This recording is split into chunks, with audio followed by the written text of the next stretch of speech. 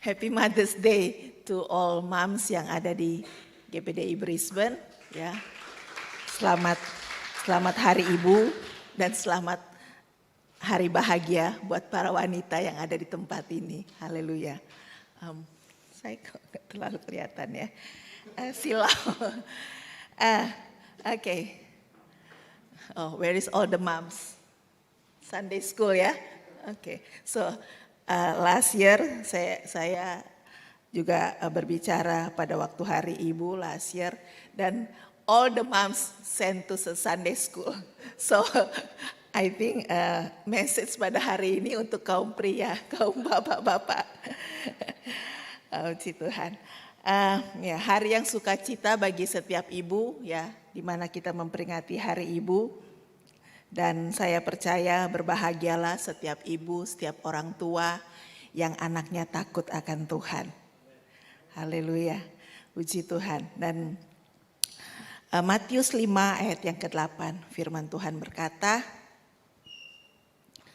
berbahagialah orang yang suci hatinya karena mereka akan melihat Allah. Blessed are the pure in heart for they will see God. Haleluya. Blessed are the pure in heart for they will see God. Amin. Bapak Ibu yang dikasihi oleh Tuhan dan anak-anak muda yang dikasihi oleh Tuhan, hidup bahagia, hidup bijaksana adalah dambaan semua kita. Ya, untuk hidup bahagia, hidup bijaksana itu adalah dambaan setiap orang, saya percaya. Dan untuk memiliki hidup yang bahagia dan memiliki kepribadian yang bijak, saya percaya itu hanya kita bisa dapatkan di dalam Tuhan. Ya, sebagai orang yang mengasihi Tuhan, hidup bijaksana, hidup bahagia itu yang sesungguhnya hanya kita bisa dapatkan ketika kita ada di dalam Tuhan. Ya. Saya sedikit mempelajari bahwa arti kata bijak ya secara kamus dikatakan bahwa bijak itu artinya berbudi luhur, berkarakter baik, orang yang saleh ya. Orang yang saleh, orang yang taat atau dikatakan godly person. Tetapi hari ini kita celebrate Mother's Day dan kita mau melihat definisi bijak, wanita bijak menurut Amsal pasal 31. Ya, kalau kita membaca di situ kita bisa lihat kriteria wanita bijak itu. Dan saya mencatat beberapa definisi wanita bijak itu seperti apa sih ya. Di situ dicatat bahwa wanita bijak menurut Amsal 31 adalah wanita yang cakap, wanita yang dapat dipercaya, wanita yang rajin, wanita yang generous, wanita yang mengasihi suami dan keluarganya, dan yang amat sangat terpenting sebagai wanita yang bijaksana, yang takut akan Tuhan. Ya, sebagai orang yang percaya adalah kerinduan setiap kita menjadi pribadi yang takut akan Tuhan. Fear the Lord. Nah, Amsal 31 di ayat, kalau nggak salah di ayat 20 atau 30 ya, saya lupa. Dikatakan istri yang takut akan Tuhan itu dipuji-puji. Woman who fears the Lord shall be praised. Ya, jadi wanita yang takut akan Tuhan itu dipuji-puji. Firman Tuhan yang katakan. Dan saya percaya setiap kita yang ada di sini, kita merindukan menjadi pribadi yang dipuji. Bukan dipuji oleh manusia saja, tetapi kita rindu dipuji oleh Tuhan. Karena kita takut akan Tuhan. Dan definisi bahagia, saudara-saudara, banyak orang di luar sana memiliki segalanya, mempunyai segalanya, tidak kekurangan. Tetapi mereka tidak menikmati kebahagiaan itu. Ya. Mereka tidak menikmati arti bahagia itu sesungguhnya. Tetapi kita sebagai orang yang mengasihi Tuhan, saya percaya sebagai orang yang percaya, kita dapat menikmati kebahagiaan itu. Kebahagiaan itu yang saya catat di sini adalah mereka yang memiliki hubungan dengan Bapa melalui anaknya Yesus Kristus dan yang hidupnya ditundukkan atau submit atau diserahkan kepada firman Allah, ya. Saya percaya ketika hidup ini diserahkan kepada Tuhan, ya, hidup ini ditundukkan kepada Tuhan, hidup ini berjalan sesuai dengan kebenaran firman Tuhan, kita akan menikmati kebahagiaan itu, kebahagiaan yang datangnya dari Tuhan, ya. Walaupun kita memiliki sedikit, tetapi kita ada rasa puas, ya. Walaupun kita mungkin tidak memiliki banyak seperti orang yang di luar sana, tapi ada sukacita yang tidak terkatakan karena ada Tuhan di dalam hidup ini, ya. Kita tidak dapat mengasihi Tuhan dengan sepenuh hati kalau kita tidak takut akan Tuhan dan apabila kita tidak memiliki hubungan yang erat dengan Tuhan, ya.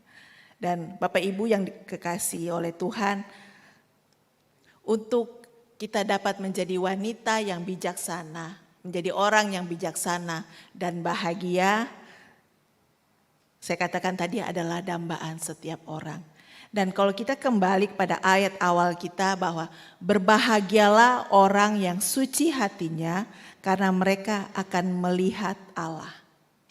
Pemazmur dalam mazmurnya di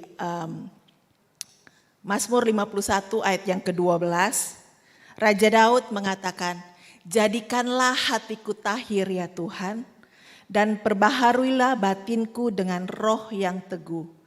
Di translation yang lain dikatakan, create in me a pure heart, O God. Ya, create in me a clean heart, O God. Ya, satu ungkapan Raja Daud ketika dia hidup menyimpang dari jalan Tuhan. Dia katakan, Tuhan, ciptakan hati yang baru dalam hidupku, ya. Ciptakan hati yang suci dalam hidupku. Ciptakan hati yang murni dalam kehidupanku. Ya. Tidak ada cara lain hati ini disucikan, tidak ada cara lain hati ini dimurnikan selain kita memintanya dari Tuhan. Karena Ia yang pencipta hati kita, Ia yang menciptakan hidup kita. Dan saya percaya ketika Raja Daud mengungkapkan isi hatinya kepada Tuhan yang dia katakan, create in me a clean heart, O God. Daud menyadari bahwa ketika hatinya menyimpang daripada Tuhan, dia tidak bisa menikmati kebahagiaan. Ketika hatinya jauh dari Tuhan, dia tidak bisa memiliki hubungan yang erat dengan Tuhan. Dia tidak bisa melihat Tuhan. Hati yang dipulihkan, hati yang dibersihkan, hati yang diubahkan, firman Tuhan katakan, kita akan melihat Tuhan. Dan pada sore hari ini saya mau membawa kita pada satu kisah dalam firman Tuhan tentang seorang wanita yang hidupnya dipulihkan, yang hatinya disucikan. Sehingga dia berkata, saya sudah melihat Tuhan. I see the Lord. Yohanes 20 ayat 18.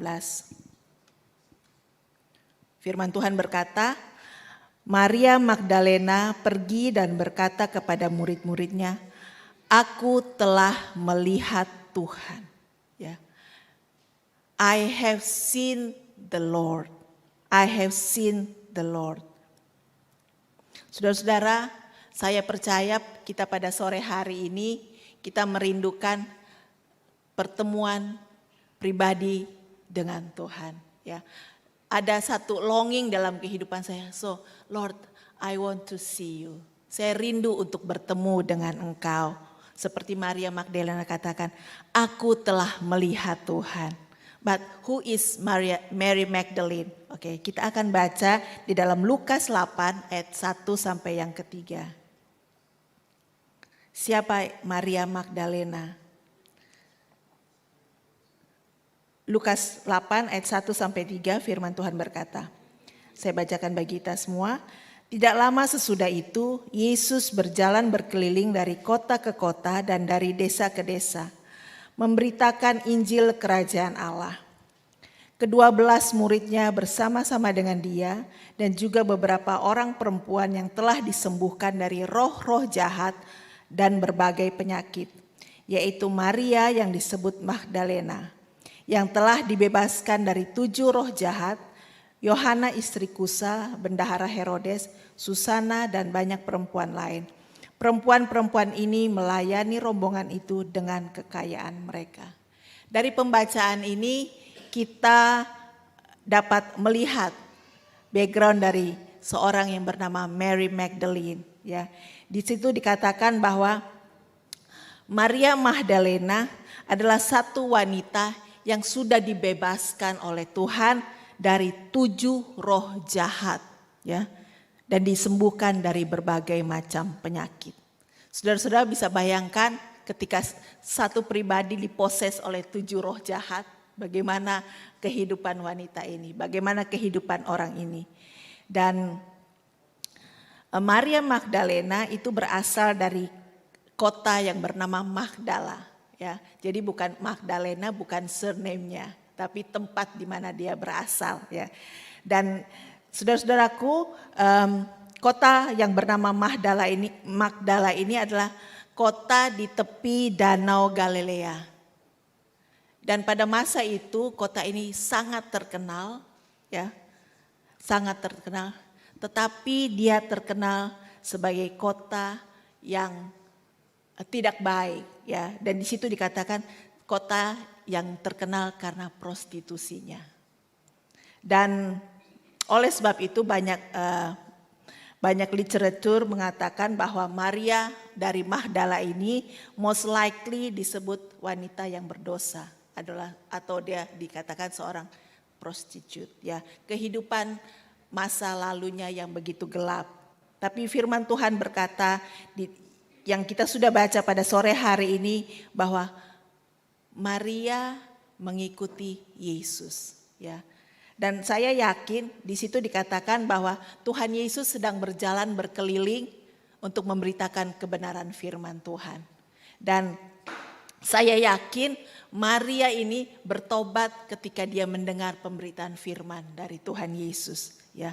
Ada perjumpaan dengan Tuhan yang mengubahkan kehidupan Maria dari wanita yang firman Tuhan katakan sinful woman menjadi wanita yang diubahkan, menjadi manusia yang baru, manusia yang baru. Dan saudaraku, tidak ada yang sukar bagi Tuhan untuk mengubahkan seseorang, ya. Sekelam apapun, segelap apapun, ya, tidak ada yang sukar bagi Tuhan, karena bagi Tuhan tidak ada yang mustahil. Dia sanggup mengubahkan. Firman Tuhan katakan yang merah seperti kermisi pun, dosa yang merah seperti kermisi bisa diubahkan seperti seputih salju. Dan itulah yang dialami oleh Maria Magdala, ya. Ketika dia bertemu dengan Tuhan, ya, dia mengalami perjumpaan dengan Tuhan, dia menerima firman Tuhan, hidupnya diubahkan. Ya, dan kita percaya dan kita yakin bahwa firman Tuhan adalah firman yang berotoritas, yang sanggup mengubahkan, yang sanggup memulihkan.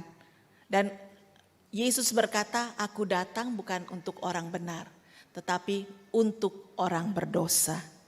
Dan saya sungguh sangat bersyukur bahwa Maria tidak menyia-nyiakan waktunya ketika dia bertemu dengan Tuhan Yesus, ya.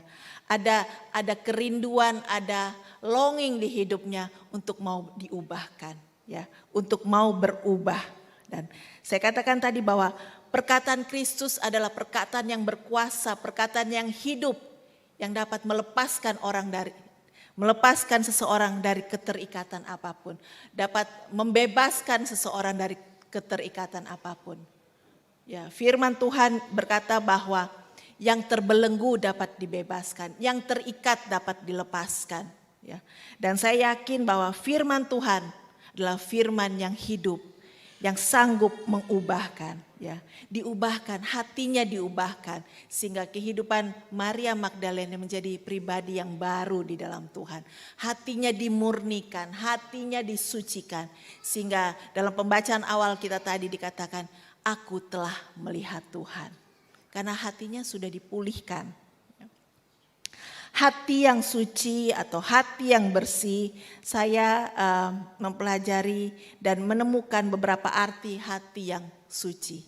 Ya, dikatakan, saya tidak mencatatnya di situ, bahwa hati yang suci atau hati yang murni berarti the mind renew, ada pembaharuan budi. Ketika hati ini dipulihkan, hati ini disucikan, artinya ada perubahan budi. Di dalam Roma 12 ayat 2 dikatakan, berubahlah oleh pembaharuan budimu. Ketika hati kita disucikan, hati kita dimurnikan, saya percaya otomatis seluruh kehidupan kita, pikiran kita pun dibaharui. Karena ada firman Tuhan yang mengubahkan. Ya. Dan arti yang kedua dari hati yang disucikan atau hati yang dimurnikan adalah disorder spirit restored. Jadi hati yang dicengkeram oleh hal-hal dosa yang membengkokkan hati ini untuk tidak mengikuti Tuhan itu dipulihkan. Di sini dikatakan disorder spirit. Ya, seperti Maria Magdalena yang kehidupannya dicengkeram oleh 7 roh jahat. Ketika Tuhan datang kepadanya, ketika firman disampaikan, ketika firman yang berotoritas itu memulihkan kehidupannya, spiritnya di-restored oleh kebenaran firman Tuhan. Ya, spiritnya diubahkan, dipulihkan oleh Tuhan.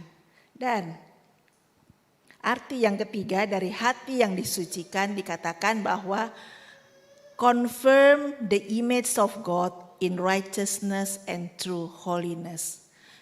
Hati yang dipulihkan, hati yang disucikan artinya dikembalikan kepada image Tuhan, gambar Tuhan di dalam roh dan kebenaran.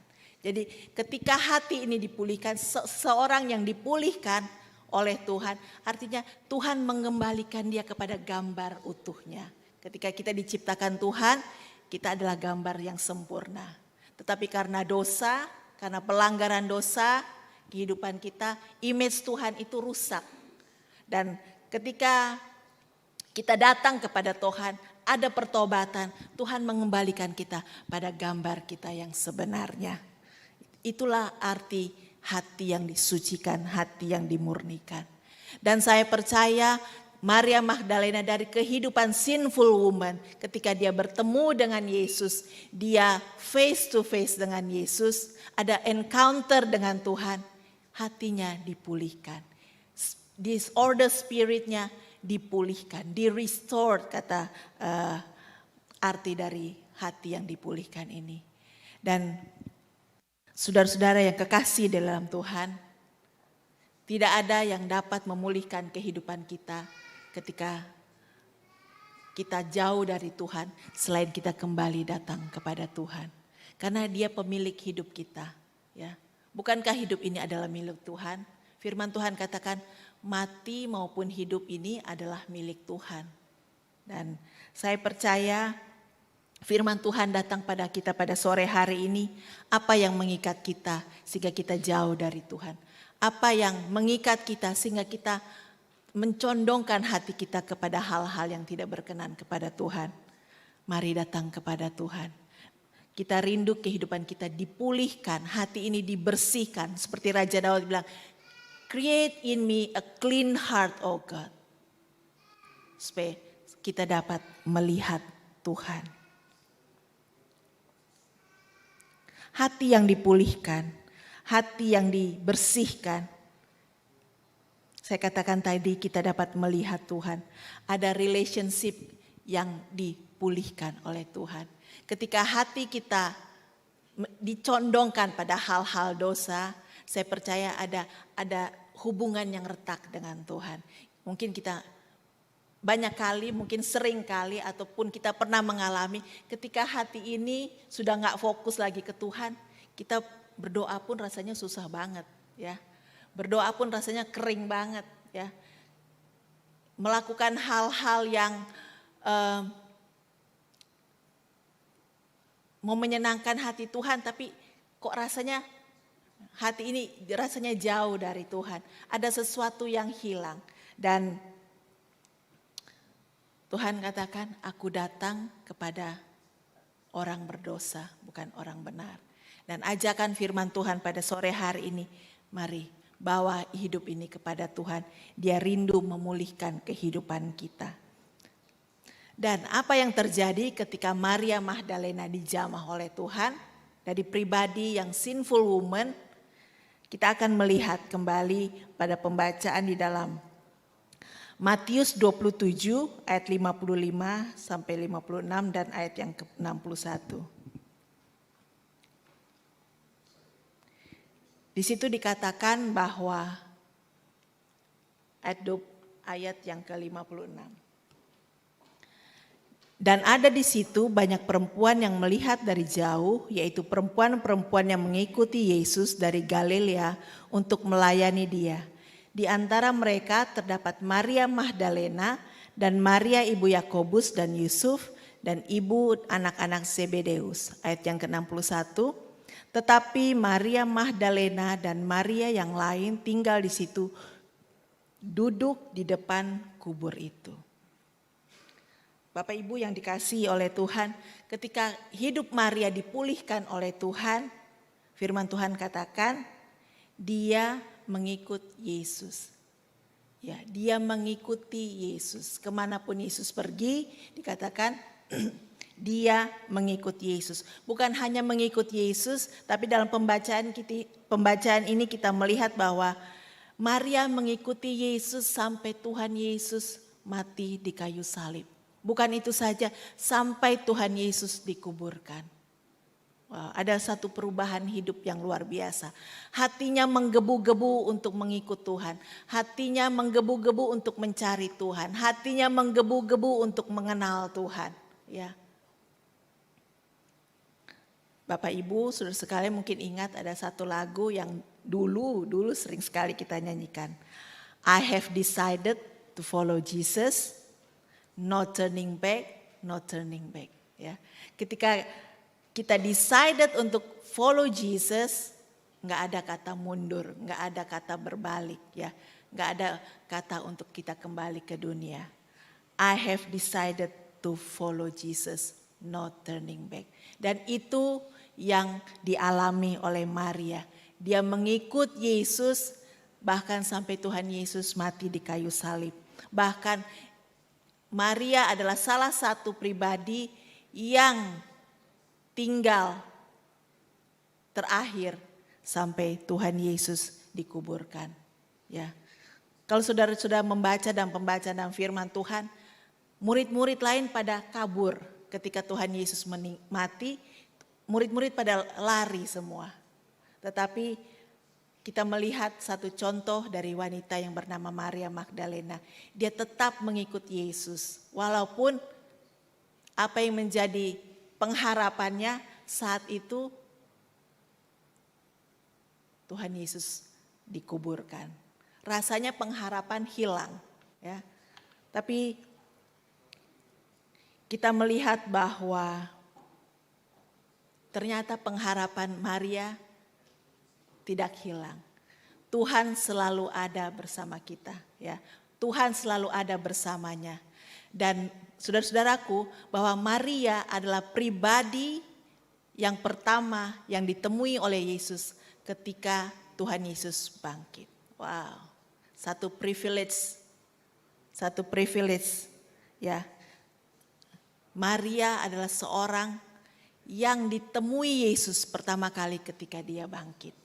Ya, saudara-saudara, kita melihat bahwa hati Maria begitu terpaut kepada Tuhan. Ya, dia orang yang terakhir yang ada di kubur Yesus dan dia orang yang pertama yang ada di kubur Yesus ketika Tuhan Yesus bangkit. Dia mengikuti Yesus, dia mengikuti Yesus. Oke. Poin yang ketiga, ketika Maria diubahkan menjadi orang yang dipulihkan, menjadi wanita yang dipulihkan. Kita kembali kepada pembacaan Lukas pasal yang ke-8 ayat yang ketiga.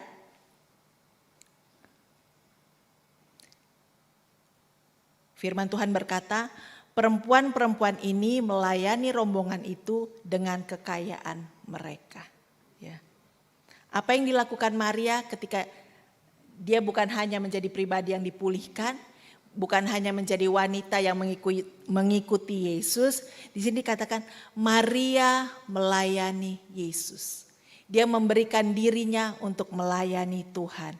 Ya, dia memiliki hati yang grateful karena dia sudah diubahkan dan dia mau committed hatinya, hidupnya untuk melayani Tuhan. Untuk melayani Tuhan. 1 Korintus 15 ayat yang ke-58 firman Tuhan katakan, karena itu saudara-saudaraku yang kekasih, berdirilah teguh, jangan goyah, dan giatlah selalu dalam pekerjaan Tuhan, sebab kamu tahu bahwa dalam persekutuan dengan Tuhan, jerih payahmu tidak sia-sia. Jerih payahmu tidak sia-sia ketika engkau giat dalam pekerjaan Tuhan, ketika engkau teguh di dalam Tuhan, ketika engkau tidak goyah di dalam Tuhan. Firman Tuhan katakan jerih payah kita tidak sia-sia. Roma 12 ayat ke-11 firman Tuhan berkata, janganlah hendaknya kerajinanmu kendor, biarlah rohmu menyala-nyala dan layanilah Tuhan. Inilah yang dialami oleh Maria Magdalena ketika hidupnya dipulihkan oleh Tuhan. Ada roh yang menyala-nyala untuk melayani Tuhan. Ada gairah dan semangat yang baru untuk mengikuti Yesus. Ya. Dan sore hari ini saya mau mengencourage kita semua, jemaat Tuhan yang ada di GPD Brisbane. Ayo jangan kendor. Jangan goyah. Tapi mari kita giat di dalam pekerjaan Tuhan. Karena kita tahu apa yang kita tabur di dalam Tuhan itu pasti kita tuai. Ya, ketika kita melayani Tuhan, rewardnya mungkin kita belum dapat hari ini. Tapi Tuhan berjanji bahwa kita akan mendapat reward. Kita melayani Tuhan bukan karena kita mau rewardnya, tapi karena kita cinta Tuhan. Ya, karena kita mau mengasihi Tuhan, karena hidup ini sudah diubahkan Tuhan, karena hidup ini sudah dipulihkan Tuhan, karena hidup ini sudah diberkati oleh Tuhan, sehingga kita mau melayani Tuhan. Jangan goyah, tetap giat, tetap teguh, biarkan rohmu terus menyala-nyala di dalam Tuhan. Ya. Saya katakan tadi bahwa Maria menjadi pribadi yang mendapatkan hak istimewa, dia bertemu dengan Tuhan. Dan kalau saudara membaca dalam firman Tuhan, ketika Maria dia menangis dengan sangat ketika dia melihat dalam kubur Tuhannya sudah nggak ada lagi, ya. Dia menangis dengan sangat. Dan ketika itu saya percaya bahwa Tuhan pun tergugah dengan tangisan dari Maria. Tuhan pun tergugah dari air mata dari Maria. Sehingga Tuhan Yesus berkata, Maria, ya, dan Maria akhirnya mengenal suara itu dan dia berkata, Rabuni. Ya. Saudara-saudara, saya percaya pengalaman yang luar biasa yang dialami Maria, bahwa ternyata dia tidak ditinggalkan sendirian, ya. Dia tidak ditinggalkan sendirian. Firman Tuhan berkata, aku tidak pernah meninggalkan engkau. Aku tidak pernah membiarkan engkau. Walaupun ada momen di mana kita rasanya ditinggalkan. Ada momen rasanya kok Tuhan jauh dari kita. Tapi kita percaya Tuhan, kita beriman bahwa janji firman Tuhan adalah ya dan amin. Kita tidak pernah ditinggalkan. Kita tidak pernah dibiarkan oleh Tuhan. Ya. Dan dalam pembacaan awal dikatakan akhirnya Maria diutus Tuhan untuk menceritakan apa yang terjadi, bahwa Tuhan Yesus telah bangkit, untuk menceritakan kepada murid-murid bahwa Yesus sudah bangkit. Dan Dalam pernyataannya kepada murid-murid yang lain, Maria berkata, aku telah melihat Tuhan. Wow, pengalaman yang luar biasa ya. Dan saya percaya begitu bangganya Maria, wah aku orang yang dipercaya oleh Tuhan menjadi pribadi yang pertama melihat Tuhan bangkit. Ya. Aku telah melihat Tuhan. Ya. Aku telah melihat Tuhan. Berbahagialah orang yang suci hatinya karena dia akan melihat Tuhan. Karena kita akan melihat Tuhan ketika hati ini dipulihkan.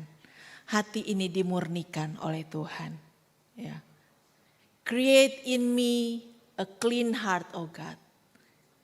I want to see you.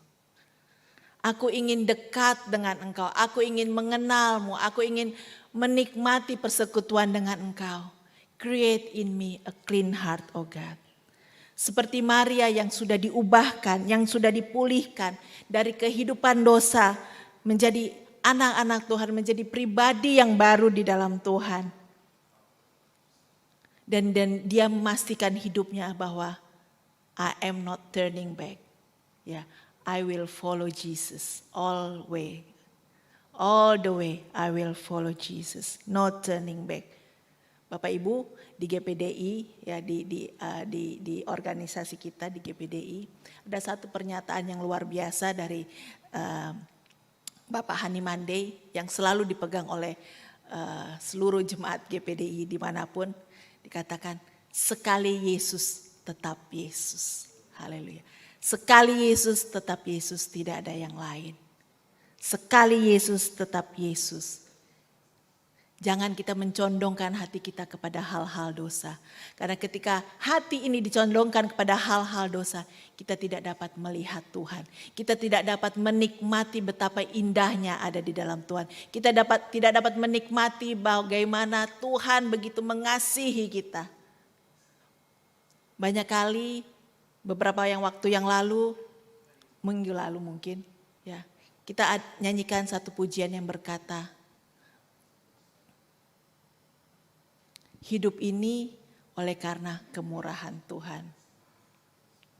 Hidup ini adalah karena berkat Tuhan. Dari kita bangun pagi sampai tidur malam, kita menikmati Tuhan. Kita menikmati kebaikan Tuhan. Kita menikmati anugerah Tuhan. Ya, saudara-saudara, jangan sia-siakan apa yang Tuhan sudah sediakan bagi kita. Ya, mari kita tetap ikut Yesus. Mari kita tetap melayani Tuhan.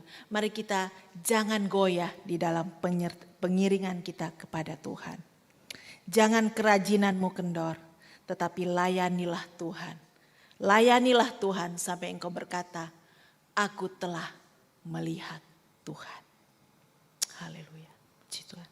Saya undang kita bangkit berdiri.